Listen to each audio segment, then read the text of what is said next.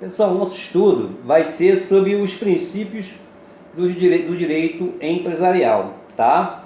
O direito empresarial faz parte do direito privado, a gente já sabe disso, e como tal, seguirá as normas gerais do direito privado. Quem é o direito privado? Direito civil, e tem também o direito comercial, porque a nomenclatura ainda da nossa Constituição de 88 é artigo 22, inciso 1, direito comercial. Tá? Então, como é um ramo jurídico independente, autônomo, ele também traz consigo os seus princípios basilares, princípios inerentes ao direito empresarial, como, por exemplo, o princípio da livre iniciativa. Está lá no artigo 1º da Constituição da República Federativa do Brasil, tá? É um princípio fundamental.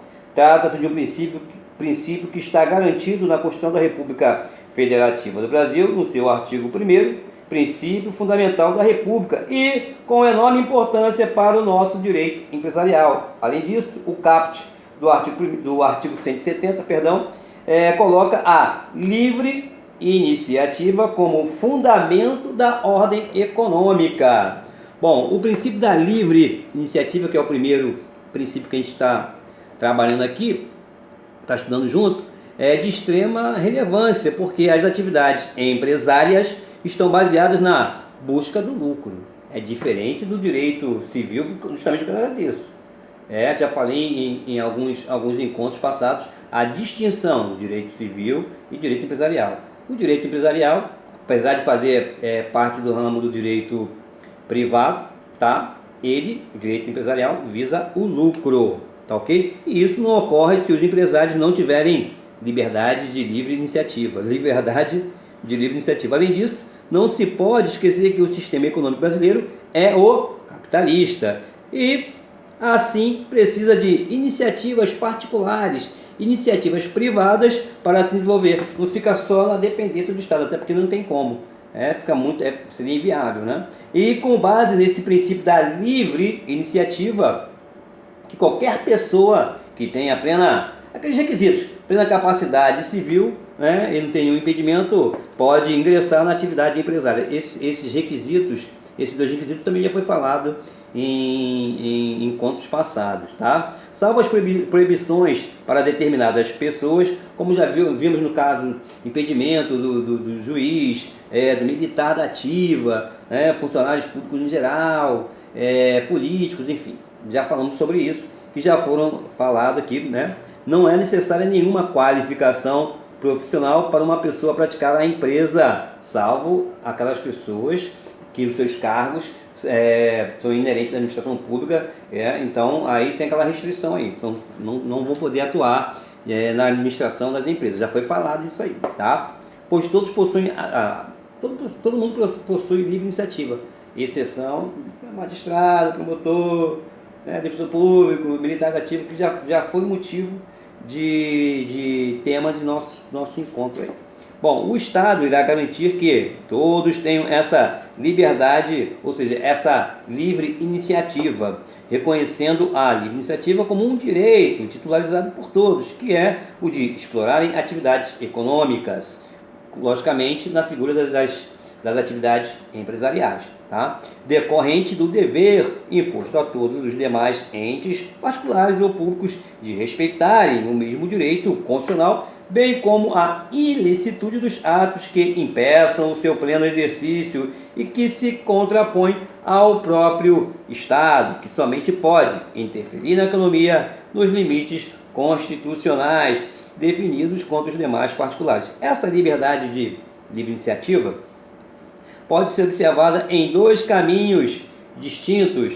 O primeiro diz respeito à possibilidade de se iniciar uma atividade empresarial livremente, e o segundo, que é o de organizar essa atividade no desenrolar da maneira como for mais conveniente ao empresário. É o caso dele optar, ele não quer ter sócio, empresário individual.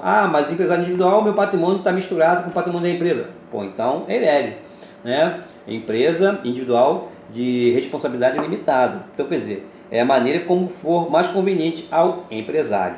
Porém, assim como os demais princípios, ou da livre iniciativa, não é um princípio absoluto e poderá sofrer restrições quando for necessário.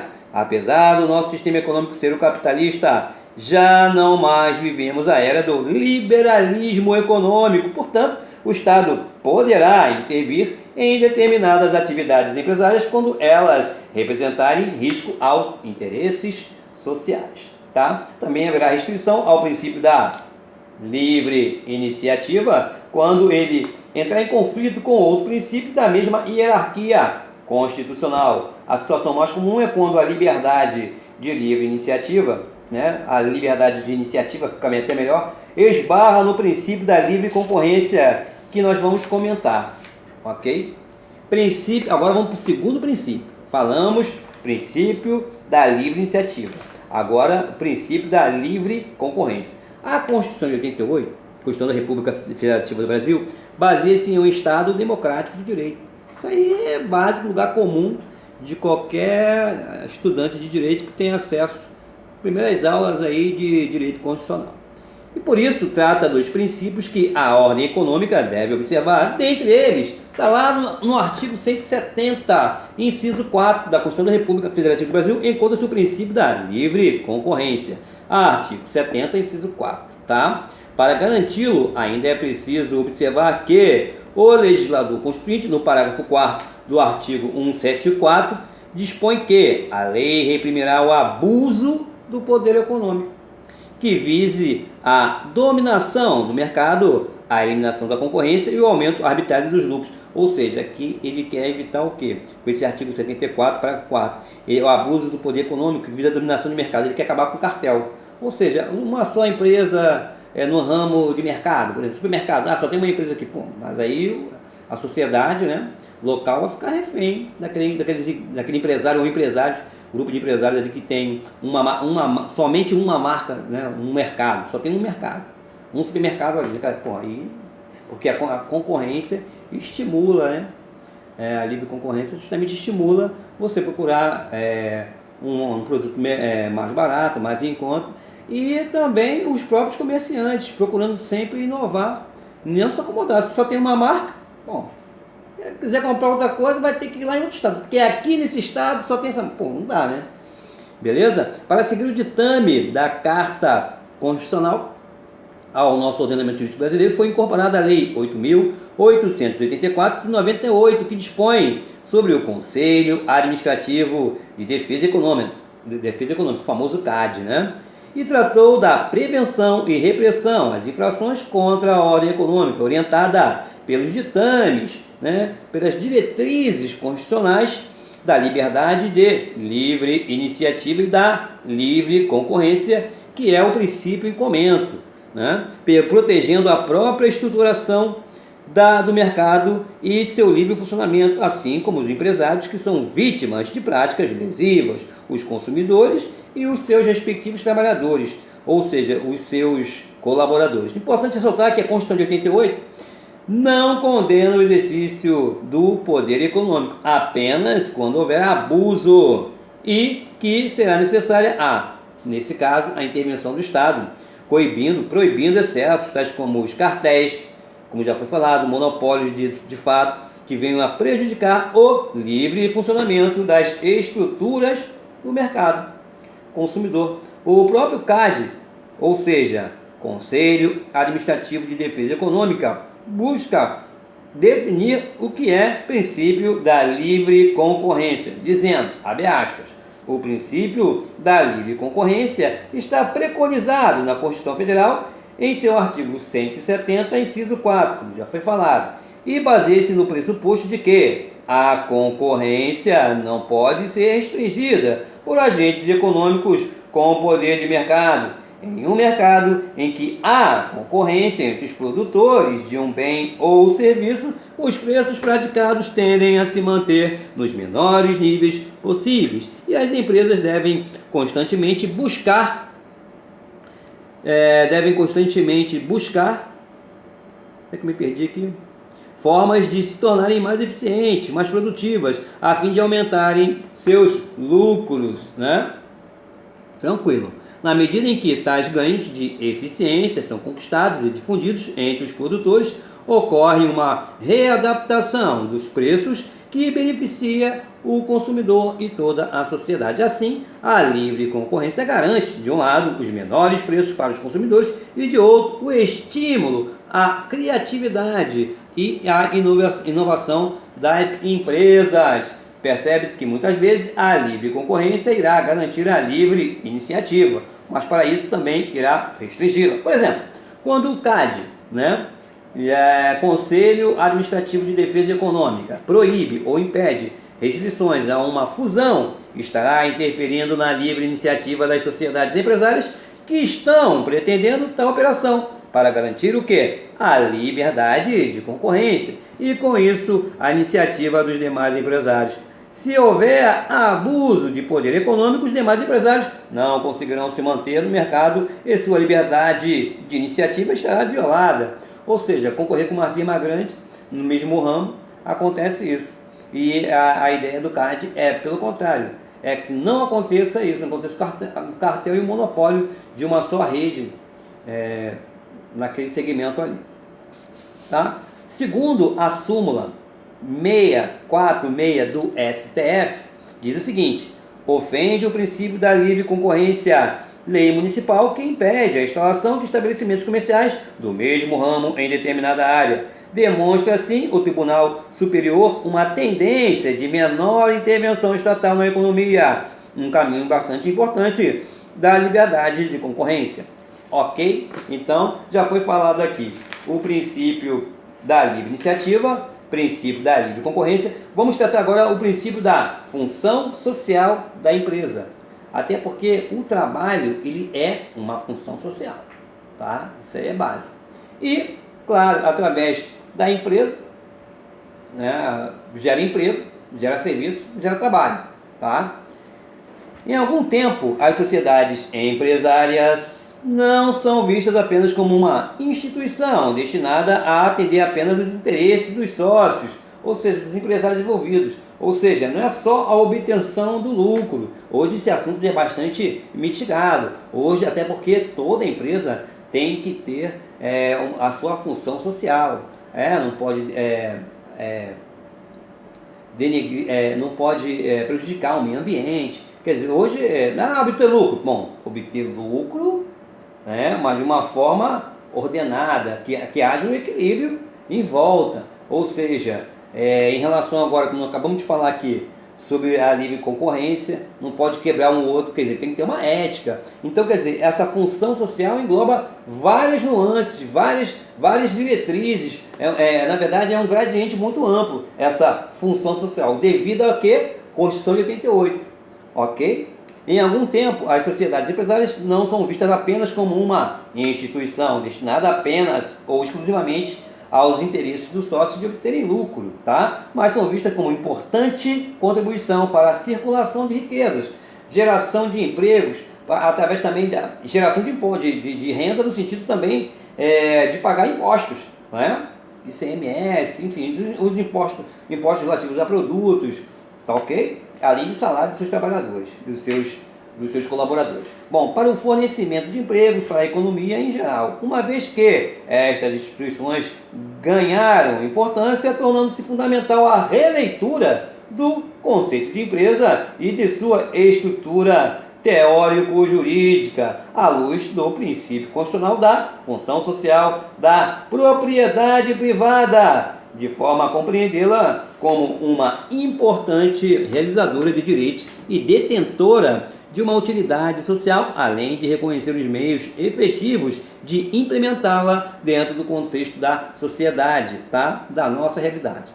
A função da empresa, ou seja, a função social dos bens de produção, implica na mudança de concepção do próprio direito de propriedade. O princípio da função social incide no conteúdo do direito de propriedade, impondo-lhe novo conceito. Isso implica que as normas de direito privado sobre a propriedade estão conformadas pela disciplina a que a Constituição lhe impõe. Mas, em muitos casos, a empresa ainda é vista como a fabricante de lucro dos sócios propriamente destes, ou seja, exclusiva a propriedade deles e só visa somente o lucro. Observando por este prisma, não haveria nenhuma interferência do poder público na propriedade empresarial, tendo em vista que estaríamos diante de uma propriedade privada em sua excelência. Se aquela propriedade privada ali visualiza lucro, a princípio, não teria como o Estado intervir. Bom, inicialmente é preciso ressaltar que a expressão função social é vaga, imprecisa e de difícil interpretação, porque é muito subjetiva, muito ampla. A palavra função vem do latim functio, functionis, que quer dizer trabalho, exercício, cumprimento, execução, e liga-se ao verbo latino funge, que significa cumprir, executar, desempenhar uma função. No direito, a especificação do conteúdo da função social da propriedade é tarefa complicada, uma vez que o próprio ordenamento jurídico constitucional simplesmente elencou o princípio, deixando de apontar vários elementos necessários à sua caracterização do princípio da função social da empresa. Grande parte da doutrina busca o significado da função social da empresa nos autores que propuseram o conceito, originariamente como Aristóteles, São Tomás de Aquino, Augusto Comte e Leon de Gould. A evolução do direito, entretanto, fez com que esta divisão entre direito público e direito privado ficasse ultrapassada. A propriedade passou a ter um sentido social e não mais apenas individual, estando destinada à satisfação de exigências de cunho social. Ok? A tendência constitucional visa a social dos institutos jurídicos, a necessidade de incluir a empresa como operadora de um mercado socialmente socializado. A função social da empresa assegura a função social dos bens de produção, o poder dever do proprietário de destinar compativelmente com o interesse da coletividade, né? Bom, o interesse dele com o interesse social da coletividade. Entretanto, a função social não significa uma condição limitativa para o exercício da atividade empresarial, pois visa proteger a empresa contra a velocidade patrimonialista do mercado. Nesse contexto, a função social da empresa deve ser entendida como o respeito aos direitos e interesses do que se situam em torno das empresas. O objetivo da propriedade, que no direito civil está limitado aos bens materiais tangíveis, ganha outra dimensão no artigo 5º da Constituição da República Federativa do Brasil. A função social não pode ser encarada como algo exterior à propriedade, mas sim como elemento integrante de sua própria estrutura. Fala-se não mais em atividade limitativa, mas conformativa do legislador, abrangendo todos os bens de natureza patrimonial, inclusive os de consumo e pessoas. Ok? Sendo assim, a função da empresa, ou seja, a função social da empresa, dos meios de produção, implica na mudança de concepção, de conceito do direito de propriedade. O princípio da função social incide no conteúdo do direito da propriedade, impondo-lhe um novo conceito. Isso implica que as normas de direito privado sobre a propriedade estão conformadas, estão de acordo com a disciplina que a Constituição lhes impõe. Tá? Nesse sentido, não se pode hoje, diuturnamente, deixar de impor limites à empresa conforme valores sociais e interesses que ultrapassam os interesses dos lucros do empresário. Ou seja, tem que obter também uma satisfação da sociedade. Ok? Assim, conclui-se que a função social da empresa se manifesta através de um conjunto de ações que envolvem o poder dever da instituição de empreender suas atividades em harmonia com o interesse da sociedade, o interesse público. Tais notas a respeito da função social da empresa, consoante se procurou demonstrar, representam a busca de concretização das diretrizes e objetivos fundamentais da nossa Constituição de 88, entre os quais a construção de uma sociedade mais livre, mais justa e solidária, com base nos valores democráticos da cidadania, da dignidade da pessoa humana e do humanismo, necessariamente considerados também nas relações particulares. Então, falamos dos 3 princípios basilares do direito empresarial. Falamos sobre o princípio da livre iniciativa, artigo 1º da Constituição Federal, que é um princípio fundamental. Falamos do princípio da livre concorrência, artigo 170, inciso 4 da Constituição da República Federativa do Brasil, e também falamos do princípio da função social da empresa, ou seja, onde se relativiza, onde há um entendimento mitigado do que a empresa tem que obter lucro. Pô, tudo bem, mas é o que diferencia do direito civil, já foi falado sobre isso. Mas o importante é que essa visão de lucro, ela tem que estar de acordo com a função social, com o princípio da dignidade humana. Não vai ter um trabalho escravo, não vai jogar dejetos na natureza que vai prejudicar as futuras gerações, enfim. Hoje é obter lucro, mas de uma forma coerente, de uma forma racional. Eu espero que tenha ficado claro aqui a ideia desses 3 princípios que regem o nosso direito empresarial, tá ok? Até o próximo encontro, um abraço.